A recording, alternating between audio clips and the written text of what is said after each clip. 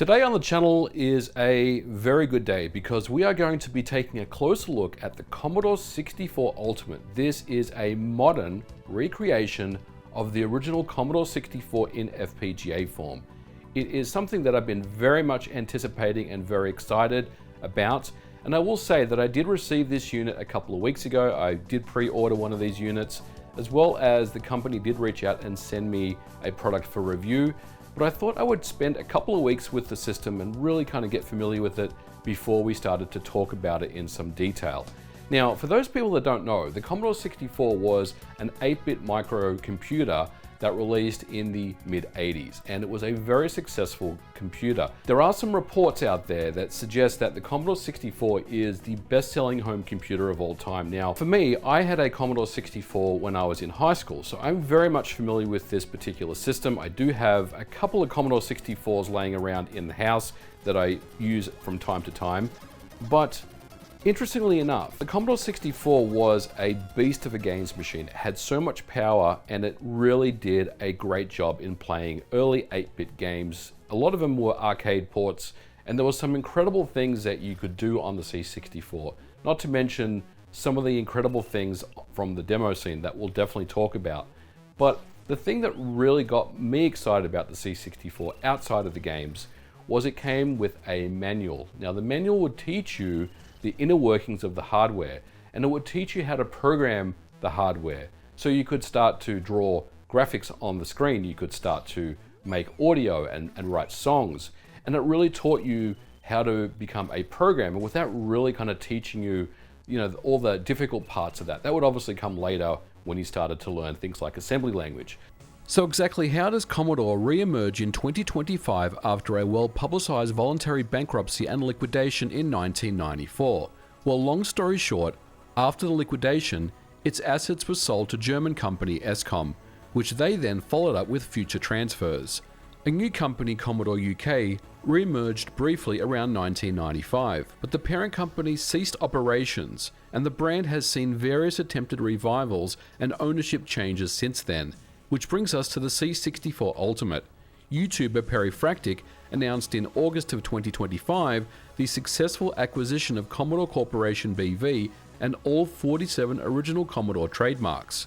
This also came with the announcement of the C64 Ultimate, which is the product here that's on my test bench.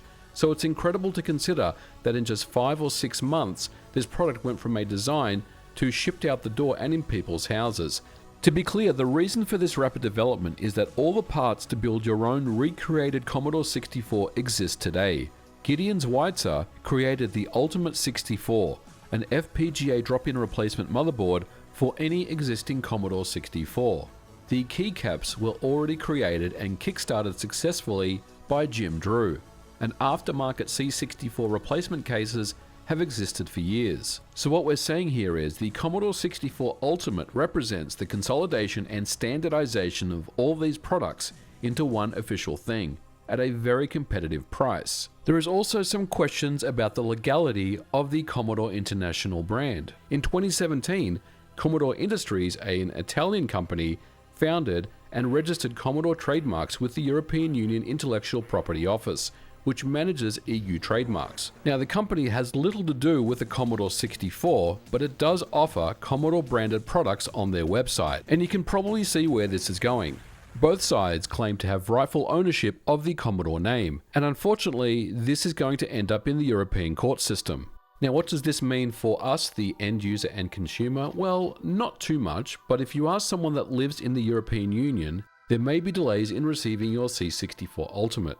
In the absolute worst case, if Commodore International does lose this lawsuit, then they may have to license the Commodore name, which would increase cost, or completely rebrand the product, very much in the same way as Retro Games Limited calls the Amiga 500 Mini the A500 Mini. This is of course not ideal, but this is the world we live in. Now, with all that housekeeping out of the way, let's go ahead and finally unbox this product. Now, if you take a look here, this particular box is a throwback to the original Commodore 64 box that you would get if you bought a system back in the 80s. Now, depending on the region that you were from, you may have got a different kind of box, but this is one of the boxes that you would get. And if you compare it to the one that I'm showing here, you can definitely see the similarities. So there's a lot to like about this here. And you can see here, new from Commodore Computers, the Digital Detox brand. The first official Commodore 64 in over 30 years is here, a faithful recreation of the original motherboard in FPGA hardware. It also comes with 128 megabytes of memory on board and turbo boost. Now these are going to be very interesting features to test. Now on the back of the box here, it's talking about the various things that you can do with the Commodore 64 Ultimate, but the thing that's interesting to me is that it still allows you to use your old C64 peripherals, including disk drives and tape drives and various other things. Now the box outlines the 3 different SKUs of the Commodore 64 Ultimate that are available for purchase. There is the Starlight Edition, which retails for $400, and this has a clear Perspex case with some really cool LED lighting. The Founders Edition is the gold keycaps with the gold clear case, which looks very, very sleek. This one retails for $550. And of course, the basic beige recreates the classic Commodore 64 breadbox, and this retails for $350. So really, it just depends on how much money you're willing to spend and what type of look that you're going for. And I do want to be very clear here that all 3 of these models do exactly the same thing. There's no difference in terms of internal specification. From a hardware perspective, they are all exactly the same. It's really about the aesthetic look that you're into. Let's go ahead and open up this box here. Now, first thing here on the right is this box here. This says Commodore 64 Ultimate Accessories. We have some stickers, which is cool. We have an HDMI cable, very cool, which is also Commodore branded as well. That's a nice touch. There is a cassette, which I think just doubles up as a USB stick. Now this particular USB device is a throwback to the original, the very first cassette that came with a C64 when you got one. So that's really cool. And this has a bunch of different software on it, so we'll definitely be checking that out. Now there's also a power supply in here, but what's interesting is that it's kind of glued down to the box, which isn't a big deal, but it would be nice if they just maybe just had some compartments for it. Now this is the power supply, which is really cool. It's nice and Perspex with the Commodore logo on it. Of course, we want North America, so we're gonna just snap that in place. Like so.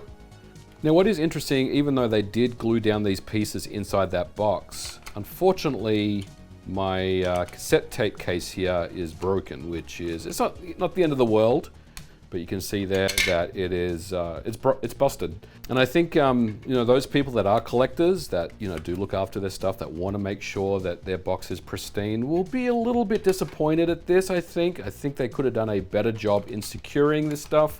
Now I did mention back in the day when you bought a Commodore 64, you would get a manual, a user guide that would kind of show you the inner workings of the computer. And I'm happy to report that you also get one here as well. This is the user's guide with Quick Start. Now I do have an original user's guide somewhere, and I will tell you that this is very, very similar to that. This is spiral bound, and it's incredible because these types of manuals, you just don't get anymore when you buy computers. You get nothing really. And what is great about this manual is that it teaches you how to program. You can also do some very advanced things here. You can start to program sprites, and the Commodore 64 has 8 hardware sprites, which means that you can really start to build some complex graphics. This is far and away one of the best features I've seen in any type of hardware that I've purchased in a long time, because you just don't get stuff like this anymore. Any kind of recreation system that you buy usually won't come with the original manual or a updated original manual. And so this is excellent. And here it is. This is the star of the show. This is what we've all been waiting for, the Commodore 64 Ultimate. Now, there's a couple of things that I'm already starting to notice here, and I haven't even turned the machine on. This keyboard, as you can see, is flexing.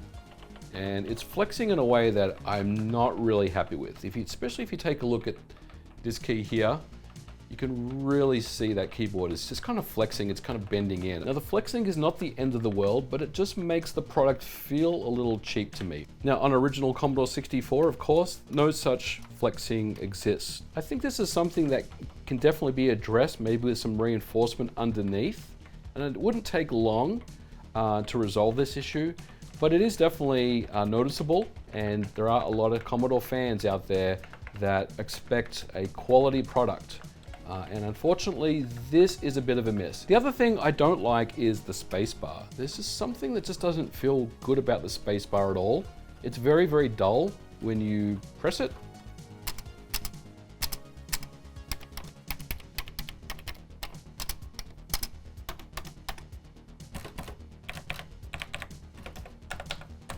Now on the C64 Ultimate, the shift lock unfortunately does not lock. And this basically is telling me that it's more of a automated thing that is done kind of by the FPGA that manages it for you.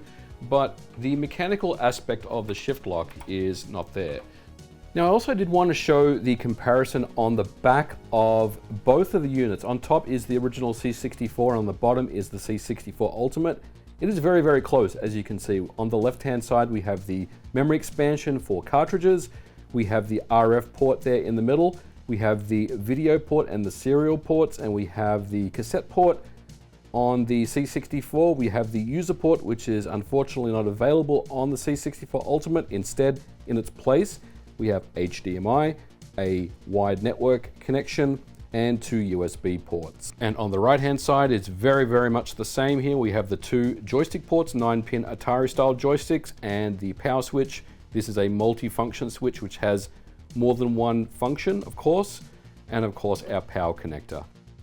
Now a quick update on the keyboard flexing issue that I noticed on my Starlight Edition. As someone that did back the basic beige model, it did arrive in the mail as I was making this video, so I decided to compare both systems to see if the keyboard flexing was a widespread issue. And I am happy to report on the basic beige model, at least the one that I have, there is no such flexing at all. So this situation seems like it's only limited to perhaps the Starlight Edition. And I think if you are someone that has ordered a basic beige model, you are going to be satisfied with the build quality of your hardware. And the other thing that I will say is that the space bar, that I don't really like the way it feels on the Starlight model here. I do like the way it feels on the beige model here. So if you did end up ordering a beige model Commodore 64 Ultimate, I think you're going to be pretty satisfied overall with the keyboard. It feels extremely responsive. But let's go ahead and turn this device on. As you can see from the jump, when you power it on, it boots up extremely fast, just as fast as an original Commodore 64 back in the day, which is really nice. A lot of recreation systems have to boot into some type of Linux operating system, which does normally have some type of delay, but this here is extremely quick and I absolutely love it. Now pressing the multifunction rocker switch up will get you into the Commodore 64 Ultimate menu, and this is where you're going to be doing a lot of your configuration and setup. Now because this is a modern recreation of the Commodore 64, it's very simple just to load games off SD card or off USB, and the disk file browser menu will facilitate both of those options for you. The first thing that I want to do is adjust the video setup, because right now we're running at 576p in PAL mode, and I want to change this, if we can, to a high resolution. Now if we go into this particular menu, you can see that there is various options to change things like PAL and NTSC have PAL 60 for 60 Hertz. And what we're going to do is keep this at PAL because my Checkmate display supports PAL. But what we can do now is update the resolution to 1280 by 1024, which is the maximum resolution that my Checkmate display supports. So if we go ahead and press that and then press the run stop key, we can now save these settings, and you can see it's resyncing. And now we have a much cleaner image. It looks absolutely superb, to be completely honest. The other thing that you can do is disable or enable scan lines. I don't like scan lines, so I'm going to go ahead and disable those here as well. But as you can see, we've already made this thing look absolutely incredible. What's even cooler than this, however, is that you can also use your video out, the legacy video out port of the Commodore 64 Ultimate, and connect it up to a CRT. You can also combine these signals and run them at the exact same time. So as you can see here, we have our Commodore 64 Ultimate with the HDMI out going into my Checkmate display, as well as the video out via composite going into my Commodore 1702 CRT. And this is a really interesting use case because all of a sudden, this means that you can do things like capturing gameplay or live streaming while you're playing. Having the flexibility to output the Commodore 64 Ultimate to old school CRTs as well as modern devices is really a genius move, and I absolutely love this feature. Now, one thing to keep in mind, however, if you do attempt to do this, especially if you do live in North America, you have to make sure that your C64 Ultimate is in NTSC mode for this to work. Otherwise, you will either get a rolling image or a black and white screen, and there's really no workaround for this. Now, I do say this to warn you because if you are someone that wants to watch, scene demos and play European games on the C64, the majority of them were developed with PAL in mind, and your mileage may vary when you start to load NTSC games, especially scene demos that require precise timing.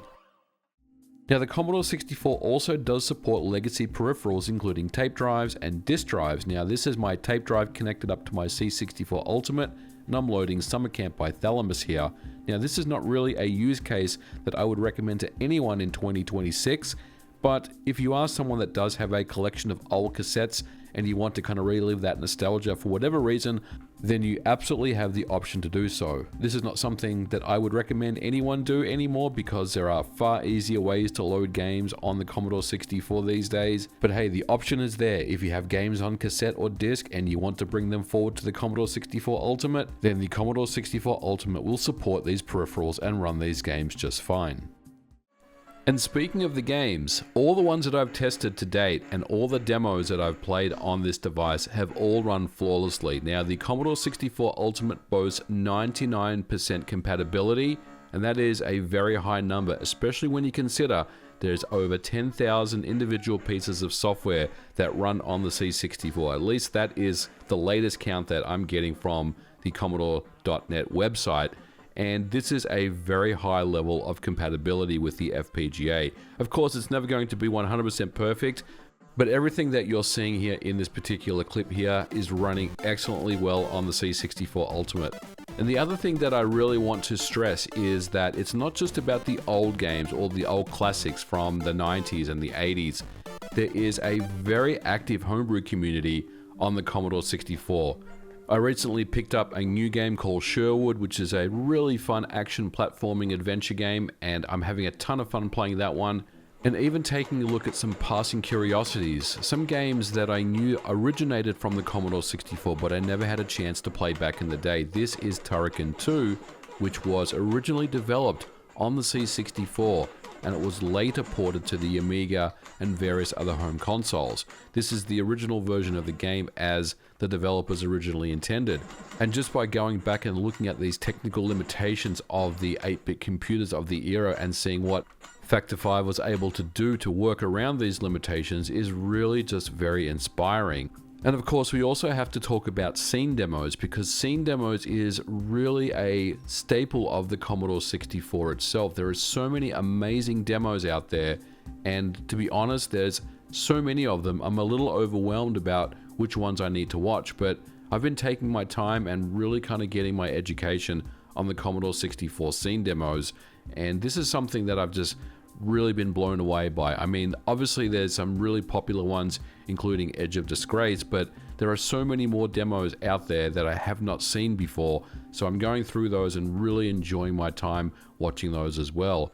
The C64 Ultimate also offers the ability for me to play some homebrews that I was not able to play on my stock C64, including the Super Mario Bros. Port that released, I think, a couple of years ago now.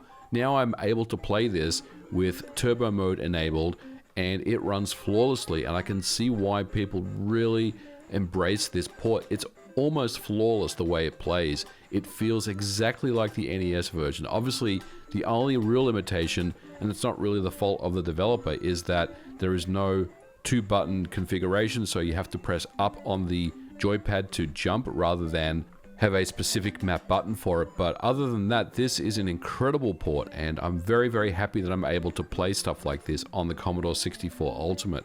Another homebrew that really just blew me away is the Eye of the Beholder demake that was released for the Commodore 64. This is an incredible port of the original game that was released by Westwood Studios all the way back in 1990, originally on the IBM PC and the Amiga, and this C64 port is just amazing. The graphics and sound are absolutely top notch, and just to cap it off, it also supports the Commodore 1351 mouse, which means that I can plug in my Commodore 64 mouse and use mouse and keyboard controls to play this game. I don't need to use a joystick. Eye of the Beholder really has no business running on a Commodore 64, but here it is. It's the full game. The intros are here, the graphics are here, the character creation. Everything has been carefully brought across to the Commodore 64. Going back and playing some of these old games really just brings back so much memories and nostalgia, and Whizball is another one of my favorite games from back in the day with the awesome Martin Galway soundtrack, of course.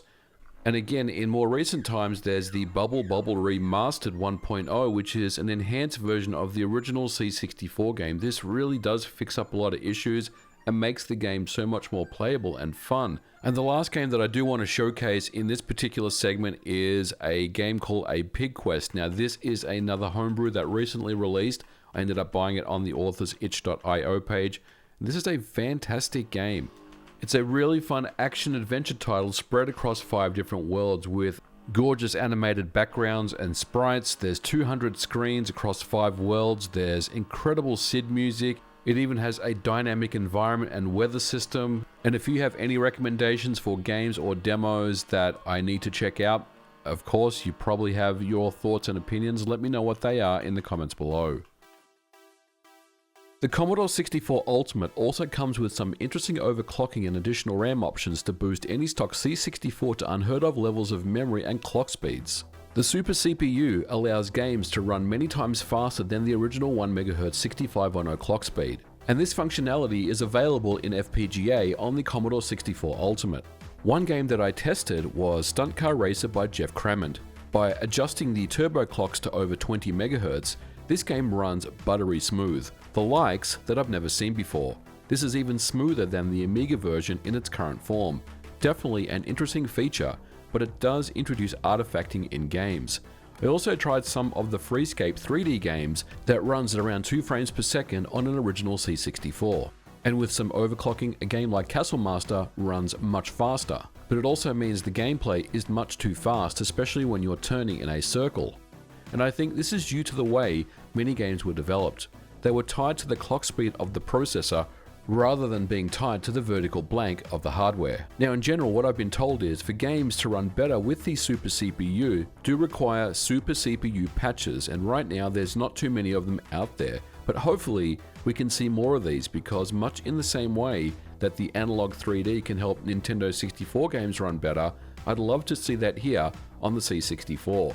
Of course, this would really be mostly beneficial with 3D style games like Elite or Mercenary, but I think this is a really cool feature, and it's impossible to go back and play stock Stunt Car Racer once you've gotten a taste of the Super CPU patched version. And once again, let me know if there's any specific Super CPU patched games or applications that you'd like me to take a look at. I'm very much interested in this feature because I think it really does breathe new life into the Commodore 64. If you are someone that is interested in opening up your Commodore 64 and taking a close look at the motherboard, there are 3 Phillips head screws at the base of the bread bin case, very much in the same mold as the original C64, and then you just simply pop it off. Now, there are 2 wires that you need to be careful of. One is the keyboard connector, and the other one is the LED connector if you are using a Starlight Edition. Now, opening up the system is pretty bare bones, but there are a couple of interesting things that I want to talk about. There is an internal speaker on the motherboard, and this is for the disk drive emulation and tape drive emulation sounds that come out of the system. I think this is a bit of a gimmick personally, and I like to keep those noises disabled myself. The most interesting part of this motherboard for me is the dual SID chip sockets. Now, the FPGA found on the Commodore 64 Ultimate does a very authentic and a very good job in emulating the SID, and the FPGA supports up to 8 SID chips at once. Now, you may be wondering, what is even the point of having this? Well, you can have this because it's available to you, and there is a specific demo called the Tuneful 8 that really kind of showcases 8 SID chips at once on a C64.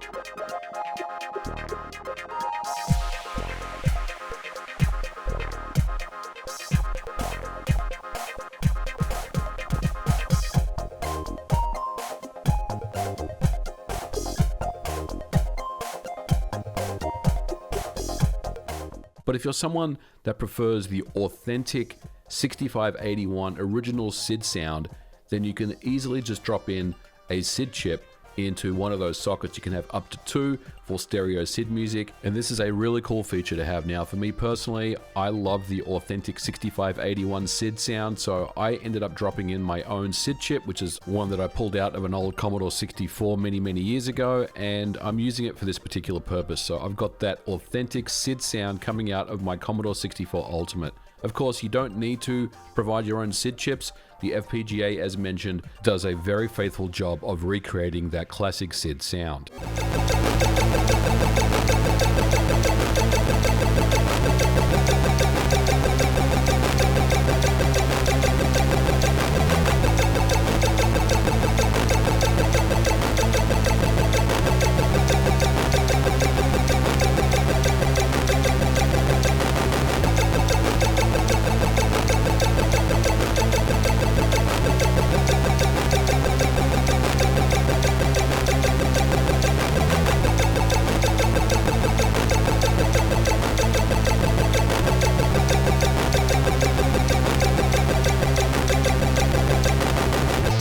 One other thing that I want to be very clear on is that this particular motherboard, just like the ultimate C64 motherboard that Gideon had produced, is something that you can easily drop in to a legacy Commodore 64 case. So I can effectively take out this motherboard and put it into an original case. And this is one of the reasons why stuff like the keyboard connector, the legacy keyboard connector, is still on this motherboard. It does allow you to insert this into a old case, and I think that is a really good touch because, you know, when we talk about the Commodore 64 Ultimate, it's very easy just to customize this motherboard so it only fits into a Commodore 64 Ultimate case. And the fact that this is still very much an open platform where you can remove this motherboard and put it into an official C64 case from back in the day is definitely a plus in my book. So in conclusion, I think that the Commodore 64 Ultimate represents an excellent piece of hardware. It is really well put together. There are definitely some teething problems that need to be addressed in manufacturing that we talked about, but none of these things are deal breakers in my book. They can easily be rectified, and that leaves us with a quality piece of hardware engineering. And the thing that I really like is the price point. Now, you may be thinking, well, $350 to get into this ecosystem is expensive. And it is, but this is 2026. We're talking about tech. Tech is not cheap anymore. But if you go ahead and piece together a bill of materials of putting together your own Commodore 64, you're going to be in about as much money as something like this. And with the excellent user experience, ease of use, and just the overall build and the solid product that has been provided here, I can't fault the Commodore 64 Ultimate. It's an exceptional piece of hardware, and if you are on the fence about picking one up, I can definitely recommend it to you. And if you are someone that has a pre-order and are still waiting for yours to arrive on your doorstep, I think you're going to be very satisfied with the overall product. I was someone that was very skeptical about this product from the very beginning, especially given the legacy and history of the Commodore name being passed around from company to company over many years. But to be honest, I've been proven wrong. The Commodore 64 Ultimate is excellent, and I can't think of any one reason to break out my old Commodore 64 ever again. But we're going to leave it here for today's episode. Thank you so much for watching. If you liked it, please don't forget to leave me a thumbs up. Let me know your thoughts in the comments below, and we will catch you guys in the next episode. Bye for now.